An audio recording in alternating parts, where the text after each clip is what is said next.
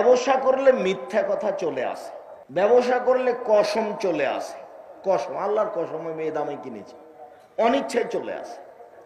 আল্লাহ রাসূল বলছেন ফুসুবহু বিসাদকা, এটা দান করে ওর ক্ষতিটা পূর্ণ করে দেবে। তাহলে আল্লাহ রাসূল ব্যবসার ব্যাপারে অনেক কথা বললেন। কেন?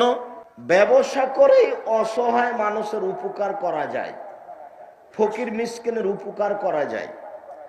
চাকরি করলে তা করা যায় না। চাঁপাইনবাবগঞ্জ, রাজশাহীর মানুষেরা চাকরি করে, যে বেতন মাসে পায় ওটা 25 দিনে শেষ হয়, আর 5 দিন ধার কর্জ করে চলে। আবার যখন পেয়েছে তখন ধার কর্জ পরিশোধ করতে করতে কমে গেছে, আবার 25 দিনে শেষ হয়ে গেছে। তো সারা জীবনটা এভাবে গেল, তো ফকির মিসকিনকে কি দিবে? বাপ মাকে কি দিবে? পয়সা বেশি ইনকাম করবে ব্যবসা করে কোটি কোটি টাকা, ফকির মিসকিনকে দিবে, চাচা চাচিকে দিবে, দেশবাসীকে দিবে, কমে মাদ্রাসায় দিবে, আহাল পরিবারকে খাওয়াবে, ভালো গাড়ি বাড়ি করবে। সব কিছু ঢুকে আছে ব্যবসার মধ্যে।